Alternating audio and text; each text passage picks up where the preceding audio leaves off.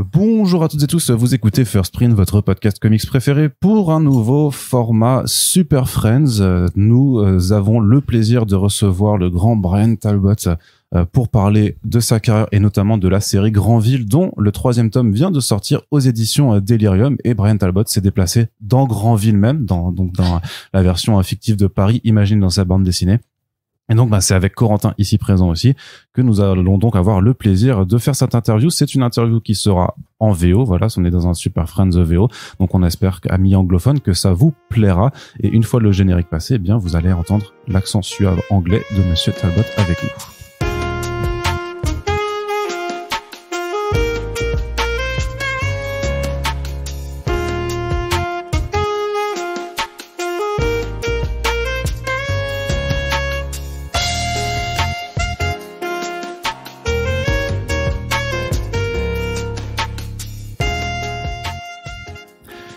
So hello, Sir Bryan Talbot. Right, hello. It's really nice to have you here in our podcast. Yes, and you can say a little bit of French words because you know them. So we're just going to start by a very broad question. How would you do the summary of your whole career, because you've been in the comic books for more than 50 years now? Well, more than 40 years. Well, I started in underground comics in the 70s, comics of the counterculture. And for about 5 years, I was doing that before I started doing professional work. And then I got bits and pieces. It was very hard at first trying to get work. And I got 1 or 2 regular strips. And then I did, in the late 70s, I started serialization of the Adventures of Luther Arkwright in an alternative magazine, which became, arguably the first British graphic novel when it was collected a year or 2 later. Well, about 4 years later it was collected. And then I started working for 2000 AD, the British science fiction weekly magazine, mainly on Nemesis the Warlock, but sometimes on Judge Dredd.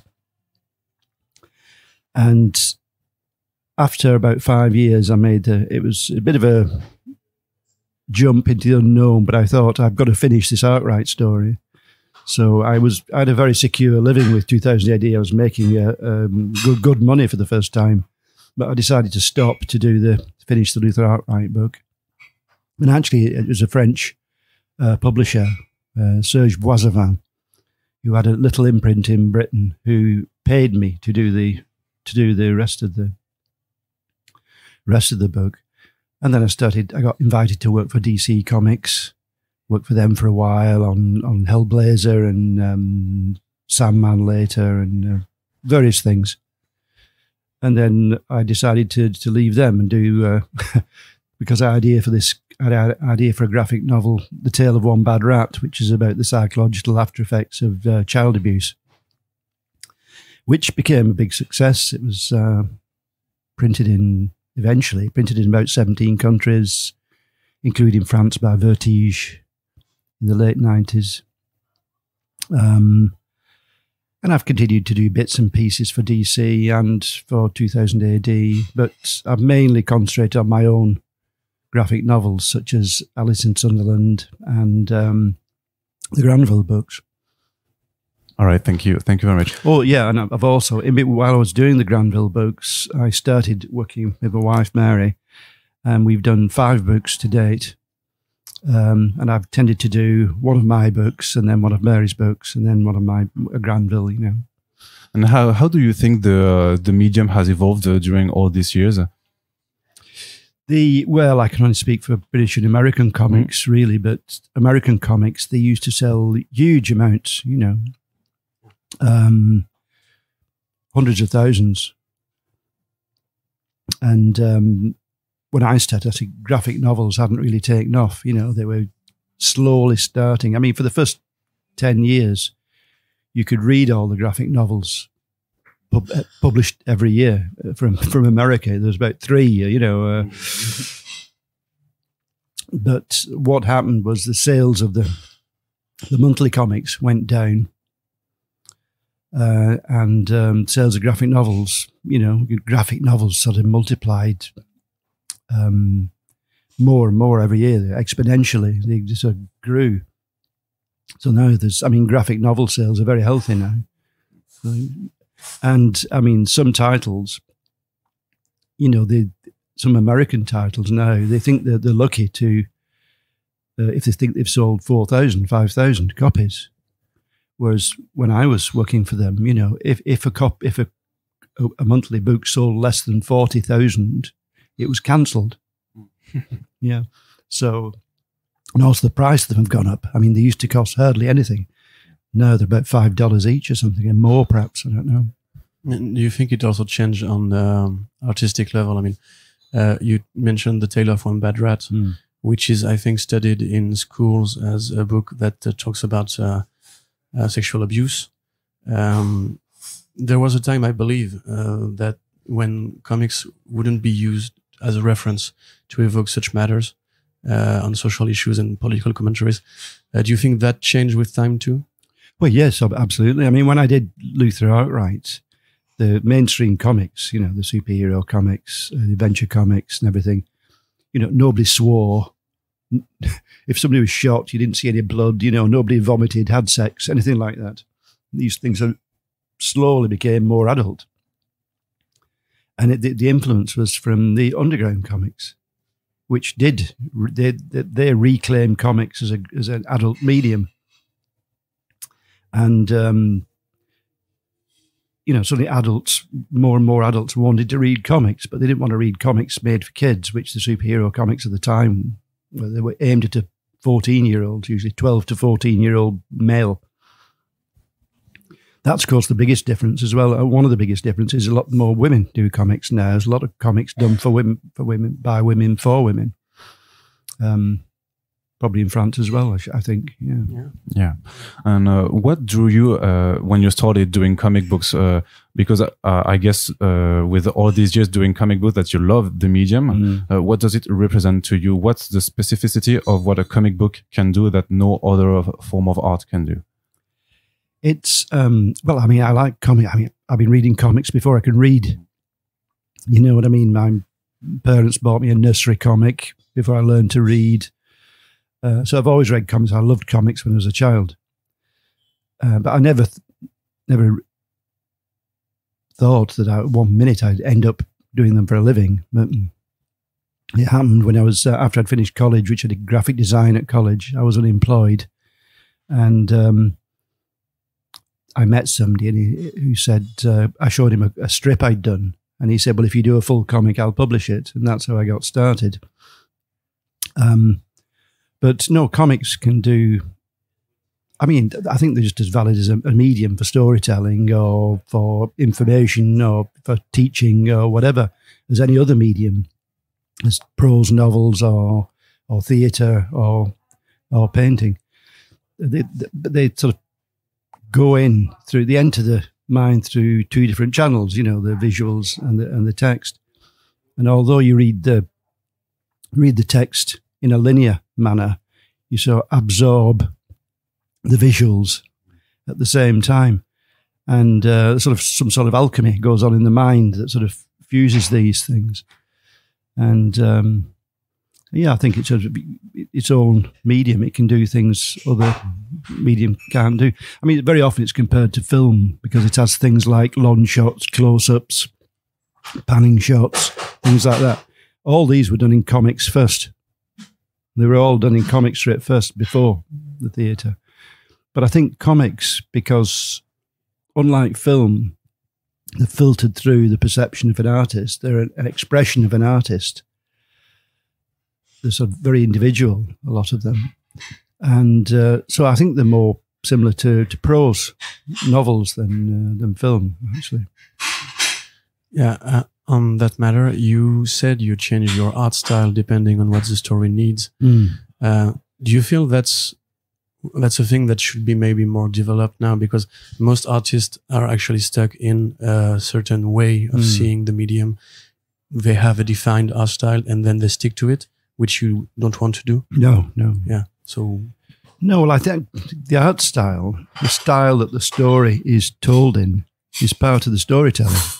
It's part of what influences the readers' perceptions when they read the story. Somebody banging crockery in the background. Yeah, sorry about that. So I think it's very important to the art style reflects the story that's being told. I mean, the sort of Grandville style that I use, which is quite sort of slick and computer coloured and fast, will be inappropriate for one of Mary's stories, which has a different style for basically slight variation of style for each story. And the Bad Rat story, I thought that needed to be very, a lean Claire style and be very accessible to people who weren't used to reading comics. Because I realised it was a mainstream story. It wasn't a genre story. It was a sort of story people who don't read comics could enjoy, who are not genre fans. And at the time when I did it, it was very rare to have comics like that. There'd been Mouse before, a couple of years before, by Art Spiegelman, and there'd been one or two other comics aimed at 100% of the population, not just at comic readers. So I needed it to be very accessible to people who weren't used to reading comics, who didn't have that sort of acquired knowledge of comic grammar that we have through reading comics. So it had to be, and I thought, nice clear style, nice clear storytelling. So I sort of reinvented my style, because before that I used to use lots of cross-hatching and contour shading and stuff like that. On Alice in Sunderland and also on the effects and the color of Grandville, you were using digital techniques, which I believe appeared sometime through the 90s, around that, for the coloring technique. Later, yeah, I did a graphic novel in about the turn of the century called Heart of Empire, which is a 320-page graphic novel, and that was coloured by Angus Mackay, who's a well-known British sort of illustrator and colourist, and he did the colours on computer for that.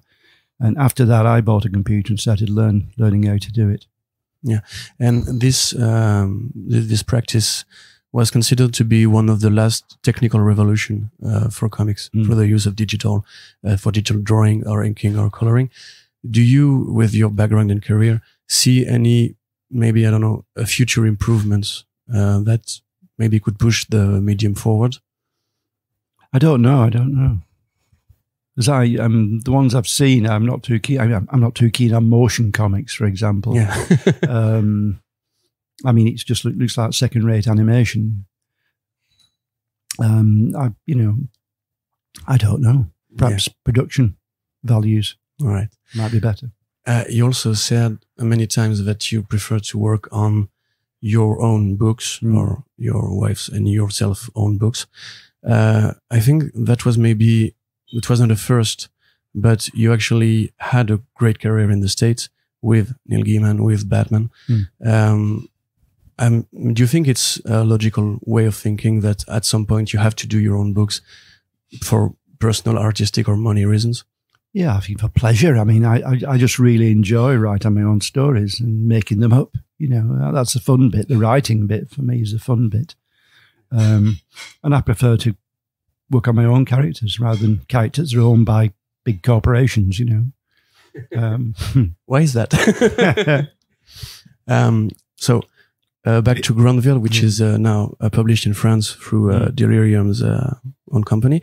Can you maybe walk us through how you came to create this steampunk, uchronic Europe? Yes, it was amazing, actually, the first book. It was, usually I spend years thinking of stories, literally there's one story I've been thinking about for 20 years and I've got a big folder full of notes about it, but I've not started it yet. It's not right. But Grandville is completely opposite. It was one of these very rare occasions where you get a flash of inspiration and it produces itself. I was, one day I was looking through a book that I had for decades. It's a collection of artwork by Jean-Ignace Isidore Girard, who used to use the Lewis Carroll illustrations. No. That's John Tenniel. Oh, sorry. John Tenniel was very influenced by Gerard, who used to sign him. His nom de plume was J.J. Grandville, and he was a French artist working in the early 19th century. And he did anthropomorphic illustrations of people dressed in the fashions of the day. And, and they were satirical for adult readership, satirical.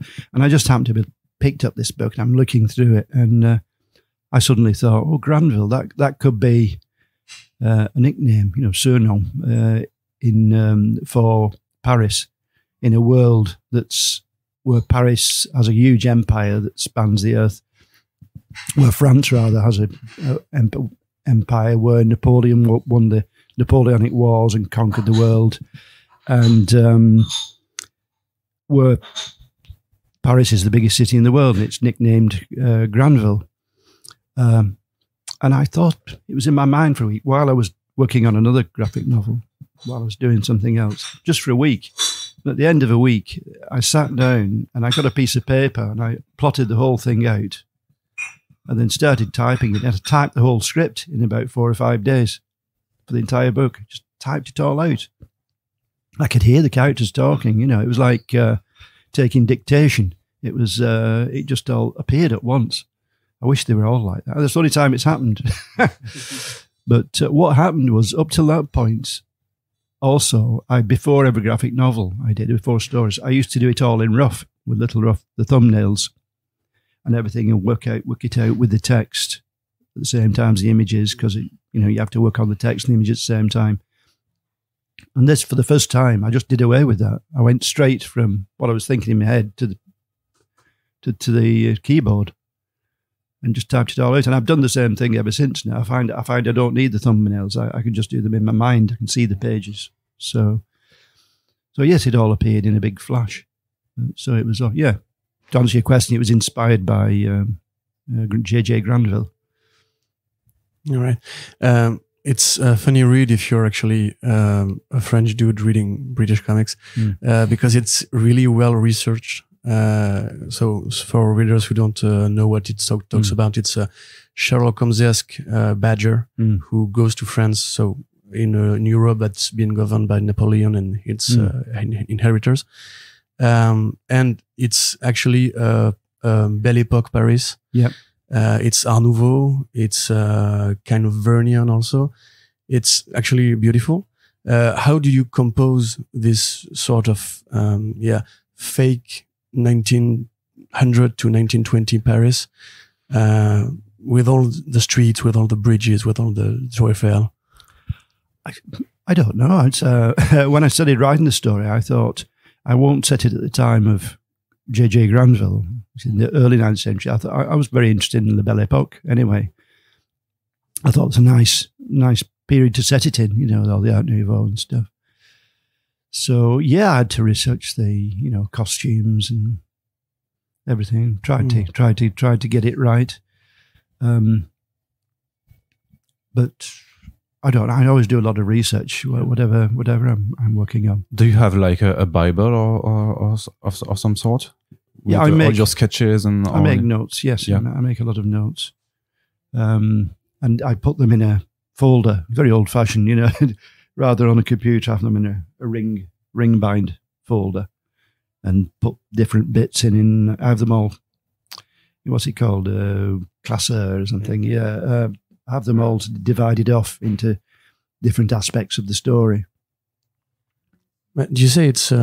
It's Belle Époque, it's steampunk, but it's also quite modern on certain thematics. I mean, one of the whole plot points of the book is how politicians will cover the truth, and it's set sometimes after a revolution and some sort of a civil war that happened with anarchists and French.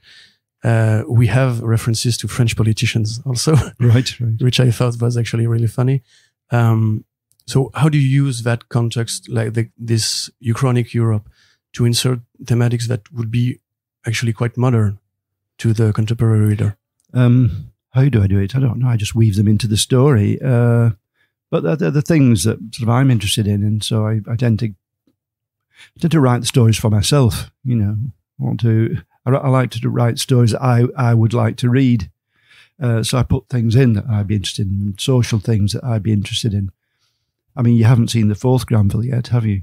No, not yet. Because that's all about the rise of fascism in France. And, of course, the scapegoat is the door faces. There's a political party rising up wants to eradicate the door and blames all the ills of society on the door faces, the humans. So I think that might be the best story, the fourth one, although I'm quite pleased with the fifth one as well. But yeah, because it deals with a religious cult that's led by a unicorn, this charismatic unicorn. And people, every time the unicorn talks, people just believe him. A bit like Donald Trump's followers, you know. I mean, the unicorn talks and they just believe anything he says. He could say pigs will fly, you know, and they believe him. Would you say that you're also using Grandville to speak about what you are witnessing as a human being? Well, yeah, yes. I mean, the whole world's seen the rise of the far right at the moment. I mean, it's a bit like 1930s again, which is a terrifying notion. So yeah, that's sort of, it's been slowly working in. It's been in. You may have noticed it in the Grandville stories already, with the door faces protesting on the street, and they're a repressed sort of group. Yeah, it's actually made me think. I mean, a lot of the comics looks like post-colonial Europe, like. Obviously, for Britain, which was French colony for some times, and the racism they have between themselves, the fact that English isn't spoken anymore except in rural area, and the door faces are kind of like the metropolitans considered the post-colonial people when they came to work in the cities. Well, exactly, yeah. But actually funny because the door faces, so I'm not up to date on their true nature. But they are humans in an anthropomorphic world, and they are cartoon characters. What came up from? I don't know, because I was doing one set in France. I thought, it'd be nice to include some, Franco-Belgian comic characters. So there's references to Spirou and Beccassine and there's Snowy, Gaston Lagaffe also. Tiffin, was it Tondu and Lucien also. Oh yeah, Lucien and Gaston Lagaffe. Yeah, most of them are quite subverted. I mean, like Snowy is a drug addict whose adventures he dreamed on opium.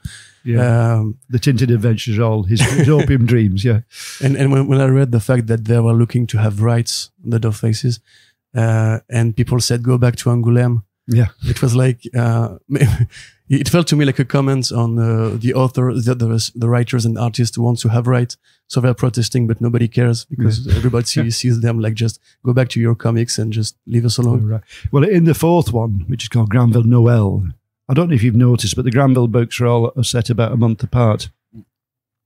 Well, so the fourth one brings us to Christmas, and you find out in that there's the history of the door faces and where they did, what really happened. So I won't say anything more about that, but you'll find that in the fourth one, which is out next year over here. One of the aspects of Grandville is that you're using animals as characters, and we know that it's been done like for almost centuries. But how do you pick what animal you're using to depict some kind of character? Because we usually associate also habits or I don't know, comportement. Comportment. No. Behaviors to some kinds of animals. So are you using some references that were also already used by other writers, or are you making up your own?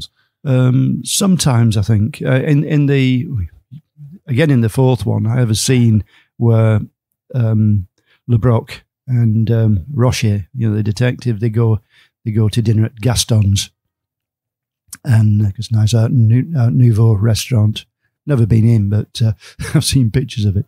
But all the waiters are also penguins, which, and waiters have been used, penguins have been used for waiters in illustrations. They look like they have a smoking. Yeah, even in, I think, Mary Poppins, there's some penguins. So I have used some things before, but I don't know, but sometimes it's very obvious. You know, I want a nasty character, I'll make him an alligator or something, or... And you've never actually worked with beasts as characters, I think. No, that was one of the appeals of doing Grandville, because I've never done anthropomorphic comics before, and I thought it's a bit of a challenge. It's something nice. In the first, I mean, Mary suggested a few. Sometimes we'll be at the dinner table, and I'll say, "I want a snooty waiter," you know. What animal? She asked that, and she's in the first one, and she said, "Oh, cod, obviously." And I went, "Oh yeah, cod with the mouth turned down." That worked really well. Do you think it was more of a challenge to draw because there are dense scenes in terms of characters? You have to do, like, I don't know, maybe anthropomorphic research on how to adapt their physics. I mean, I think there are Karl Barks reference in some of the Grandville books. In one. Who is known to be one of the best drawing artists for giving life expression to ducks. Is that something that you wanted to achieve? You have to sort of cheat, really. I mean, you have to do things that the animals can't do with the faces, just to put the expressions in them. What the hardest one? Oh, you've not seen. This is in the fifth one. So we're only going to talk about the books that are not in France. No, in the fifth one, there's an anthropomorphic lobster. And if you look at a lobster's face, I mean, there's no way you can get human expression there. So I have to cheat and make his mandibles look like a mouth and things like this. Make the things at the front. That might be silly, but did you maybe watch kids' cartoons like SpongeBob or something like that? No, not watch SpongeBob, but I do like. I do have a collection of animated movies. Yeah, like the old Popeye ones and things like that. Yeah, I have a lot of them. I'll tell you what's interesting is just this week, I happened to. Was it? I don't think it may have been Nota Bene. You know the video? Nota Bene. Oh, perhaps it wasn't, but I saw a French. Well, I played them while I'm inking, you know, on the computer. I listened to a documentary on a French YouTube channel, and it was talking about Uchroni stories. Yeah.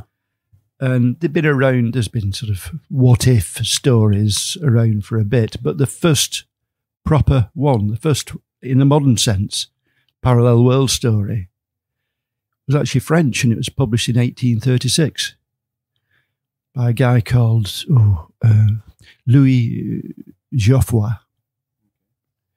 And it was called Napoleon ou la conquête du monde. And it was the premise of the Grandville books. It was written by a guy whose father was a sergeant in the Napoleonic army, and it's a whole fantasy about what would happen if Napoleon had conquered the world. Yeah, you know, he conquered Russia in the book, and he goes on to conquer America, but he doesn't have to do much fighting over there because they all welcome him as soon as he arrives because he's conquered most of the rest of the world. So so it's that was quite. I thought that was quite interesting. I only just found out about that this last week. Yeah, you reproduced without knowing the original concept for the Uchroni. Yeah, because when I was thinking of the original Grandville, I thought, well, how has the world become, you know, dominated by France? And I thought, oh, easy. You know, Napoleon won the Napoleonic War and went on with his plan to conquer. You know, because he was going to do, after Egypt, he was going to do India next, wasn't he? And Turkey and all that. And he never went ahead to do it. He returned. So, yeah. That's actually funny because it starts as, what I think, if I understand you correctly, a pretext to go and explore this Paris with these colors and balloon ships and all that. And it actually develops through times as an actual study of what happens after and during a revolution, to the point that I think nowadays we're all seeing that the world is constantly changing and changing and changing. If I get correctly, you have finished the Grandville series. Yes. Do you think like you would lack such une tribune, a tribune, to speak about the world problems in your comics as you did with that book for 5 volumes? Sorry, what do you mean, tribune? Tribune, like, yeah, I'm sorry, my English is lacking a bit. Yeah, an editorial, like... yeah, maybe, I mean, you used the Grandville book to talk about modern issues. Now that you don't have them, do you feel like you're lacking the presence of the Badger to speak about it? No, actually, the graphic novel I'm working on at the moment is a prequel. Yeah, it's a prequel. You said that to my colleague Thomas by mail. Right. Yeah, it's because in the 5th book we finally see LeBroc's backstory. It's the longest one. It's about 170 pages. The 5th one. It's a lot longer than the other Grandville books. And there's a story within the story. There's a story about how LeBroc became a detective, and his mentor, this guy called Stamford Hawksmoor, who trained him up. And Stamford Hawksmoor is basically Sherlock Holmes. I mean, he's an eagle.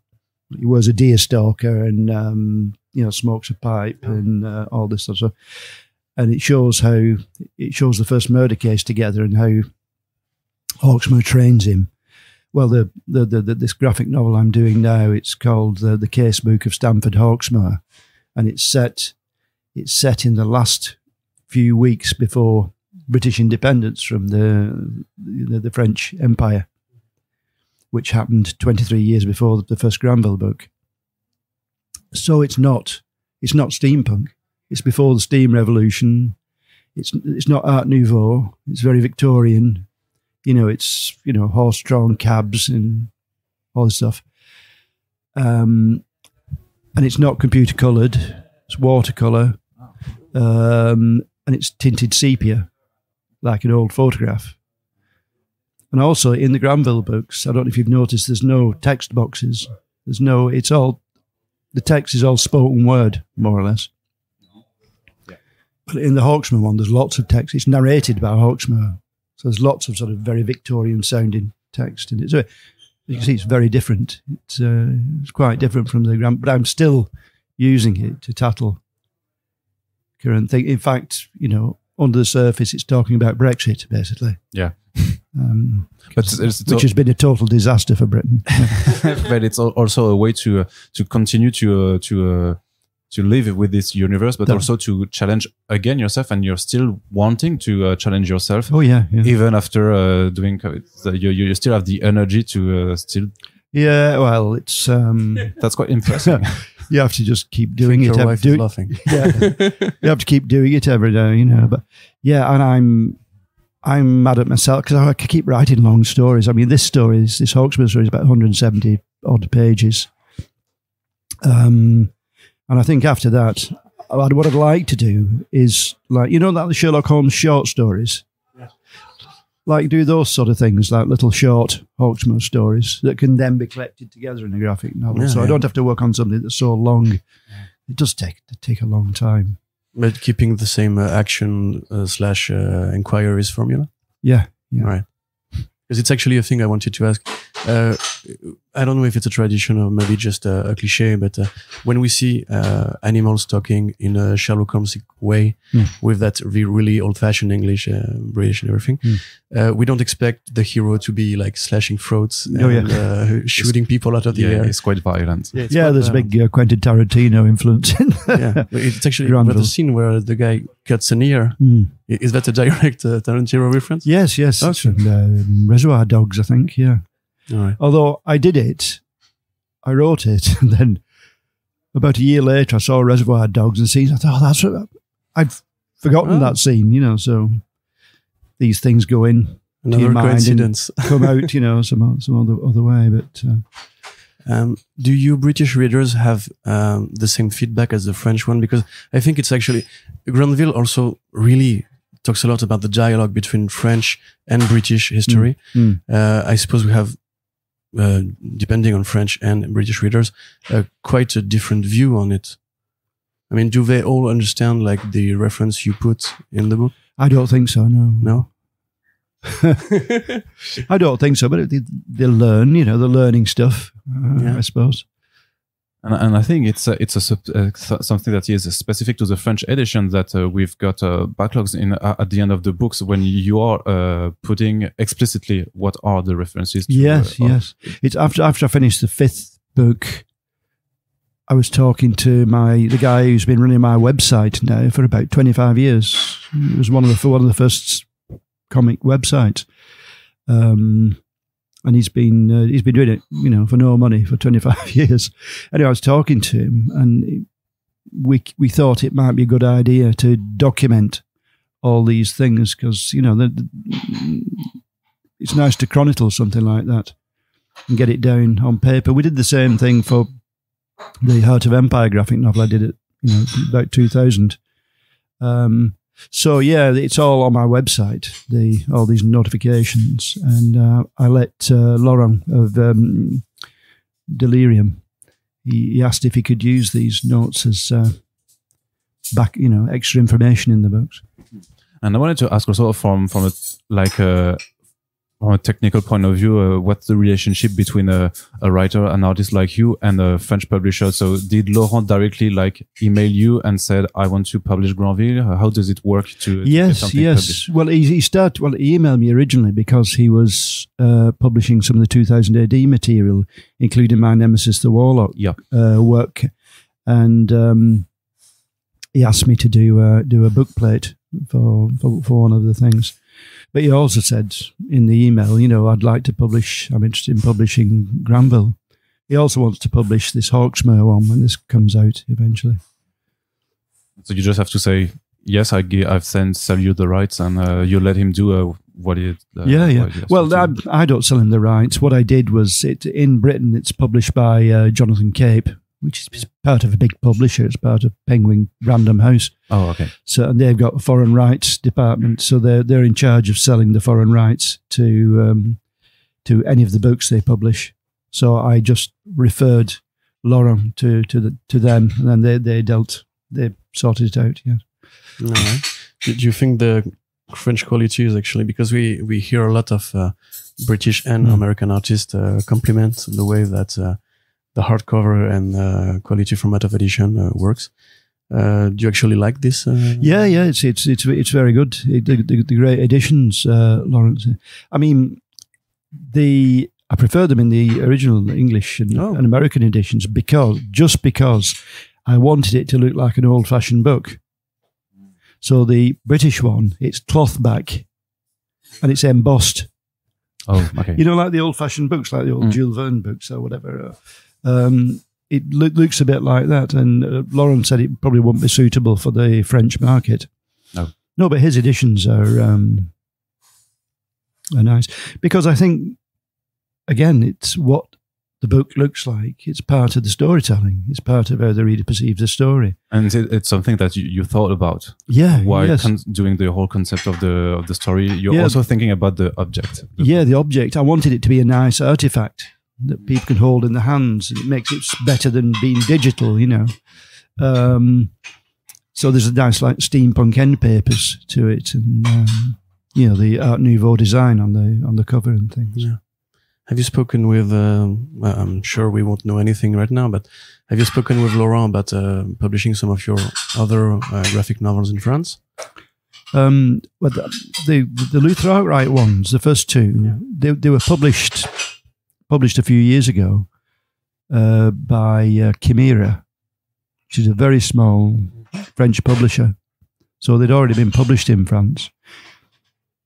Laurent said that he'd like to publish the last Luther Outright book I did. It's called The Legend of Luther Outright, which just came out last year. I think he's interested in publishing that. Yeah. Okay. So if I'm understanding correctly, you're not actually quite done with Grandville yet. You're done with Luther Outright in a way. Yes. So what do you see yourself doing in the foreseeable future? Oh, I don't know. There's just these. I'm going to be doing Merisnet after I finish this Hawksmoor book, which is going to be in about a year's time. Yeah. Then I'll be drawing Mary's next book, which he's working on now. And then I'd like to do these short stories, these Hawksmoor short stories, which I've already I'm already working on the ideas and things. I've already plotted out one of them. Well, thank you very much for your time, Bryan. It's been a pleasure to discuss with you. Merci. Yeah, thanks a lot. C'est donc la fin de ce podcast. On vous remercie d'avoir écouté cette émission. On espère surtout que ça vous a plu. N'oubliez pas que si vous appréciez ce travail, vous pouvez nous soutenir directement en partageant les émissions sur vos réseaux sociaux, en allant aussi découvrir les artistes et les œuvres qui y sont présentées, et également s'il vous reste quelque chose à la fin du mois, en nous soutenant sur notre page Tipeee. Merci de nous avoir écoutés et à très bientôt pour le prochain podcast.